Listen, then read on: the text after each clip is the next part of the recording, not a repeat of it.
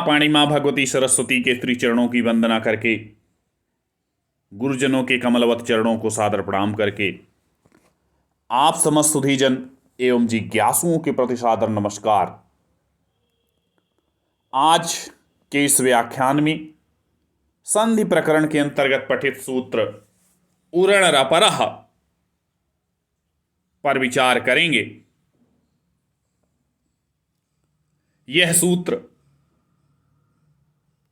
अति महत्वपूर्ण है और परिभाषा सूत्र के नाम से प्रसिद्ध है।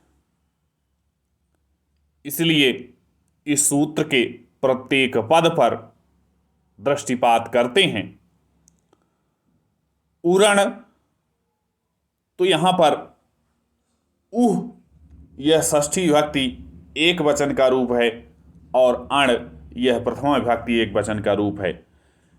उ जो है वह स्थानीय भी है षष्ठी विभक्ति में होने से, षष्ठी स्थानीय योगा इस सूत्र से। अण यह प्रथमा विभक्ति में है और रपरः यह भी प्रथमा विभक्ति में है। इसका तात्पर्य यह है कि यह दोनों आदेश हैं। अब वह किसके स्थान पर हैं, कैसे हैं, इस पर आगे चर्चा करते हैं। तो अनुवृत्ति के रूप में षष्ठी और स्थाने इनका अनुवर्तन है। सूत्र का जो प्रकार है वह परिभाषा सूत्र है। ऋकादेश ऋकारादेश विधान परिभाषा है ये।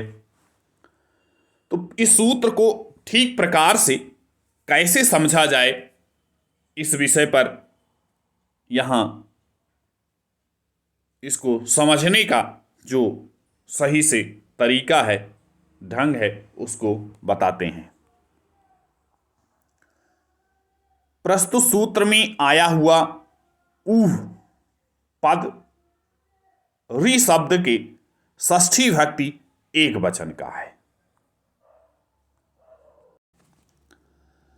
षष्ठी विभक्ति स्थानीय योगा, इससे स्थानीय के रूप में आता है। वह इस सूत्र में आया हुआ जो ऋकार है वह ऋकार शब्द से सभी का ग्रहण होता है। इसीलिए आचार्य वरदराज ने अपनी लघु सिद्धांत कौमुदी में यह कहा, रि इति त्रिंशतः संज्ञेत्युक्तम तत्स्थाने युवण सरपरः सन्नेव प्रवर्तते कृष्णार्धि तवल्यकारः, यह कहा है। रि शब्द से सभी का ग्रहण होता है। यहां सभी का कहने का तात्पर्य यह है कि ऋकार, जैसे कि आचार्य ने लिखा यहां रि इति त्रिंशतः, ऋकार के 30 भेद स्वीकार किए गए हैं, 30 भेद हैं। अब वह कैसे हैं इसको आगे हम लोग देखते हैं। रि के 18 भेद हैं और लृ जो वर्ण है इसके 12 भेद हैं। इसका दीर्घ नहीं होता है। जो लृ वर्ण है इसका दीर्घ नहीं होता है, इसलिए इसके 12 भेद हो जाते हैं। और 12 और 18 इनको अगर जोड़ देते हैं तो यह 30 हो जाते हैं। एक और भी वह है कि रलयोर अभेदः, यह कहा जाता है। रा और ला इन दोनों में अभेद है। इसीलिए आचार्यों ने यह कहा रि जो है वह 30 प्रकार का होता है, क्योंकि इनमें अभेद दिखाया गया है। अब सूत्र के अर्थ पर अगर दृष्टिपात करें तो ये कहा गया रि और लृ वर्ण के आदेश के रूप में जो अण प्रत्याहार के वर्ण आते हैं, अण प्रत्याहार में कौन से वर्ण आएंगे, यहाँ पर यह चूंकि विधीयमान है इसलिए यहाँ 38 सवर्णस्य चा प्रत्ययः इस सूत्र के अनुसार जो आने वाला अण है वह नहीं होगा। यहाँ पर पूर्व जो ड़कार है आ ई उण उसका ही ग्रहण किया जाएगा। तो उससे आ ई ऊ यह अण प्रत्याहार के वर्ण हैं। और रपर, रपर का मतलब है रा प्रत्याहार। जहां कहीं रपर कहा गया है उससे रा प्रत्याहार ही समझना चाहिए। तो रा और ला, इससे पूर्व उपदेशे अजन्नासिकित यह सूत्र जो पढ़े हैं वह लड़ इस सूत्र में आए हुए जो अनुनासिक आकार है उसकी संज्ञा होने से यहां पर रा प्रत्याहार बनता है। तो रा प्रत्याहार में र और ला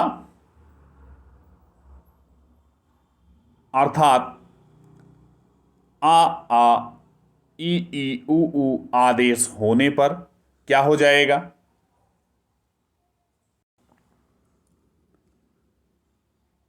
आ ई ऊ यह आदेश होने पर अर, आर, इर, ईर, उर, ऊर यह आदेश नित्य प्राप्त होंगे, नित्य होंगे।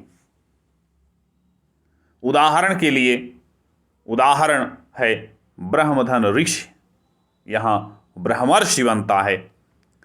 कृष्णधन रिद्धि, कृष्णार्थी बनता है। तवधन लिकारः, तवल लिकारः बनता है। तो इस तरह से यह क्या है, यह आकार और रिकार इन दोनों के स्थान पर यह गुण से ऐसा होता है। तो जिस समय इन पदों की सिद्धि करेंगे उस समय और विस्तार से इन पर चर्चा करेंगे, उसको स्पष्ट करेंगे। जहाँ कहीं भी ऐसा होगा कुछ सूक्ष्मता की दृष्टि से विचार करना पड़ेगा उस पर, वह किया जाएगा। तो इस तरह से यह उदाहरण है और यह इसका विश्लेषण है। यह व्याख्यान यहीं अपनी पूर्णता को प्राप्त होता है। आप समस्त सुधीजन एवं जिज्ञासुओं को सादर नमस्कार।